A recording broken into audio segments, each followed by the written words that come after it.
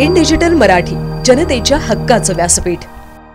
उल्हासनगर गुन्हे शाखेने बेकायदेशीरपणे राहणाऱ्या एका बांगलादेशी महिलेला अटक केली आहे। अटक केलेल्या महिलेचे नाव रुमा बीबी हाफिजुल खान, वय 40 असे आहे।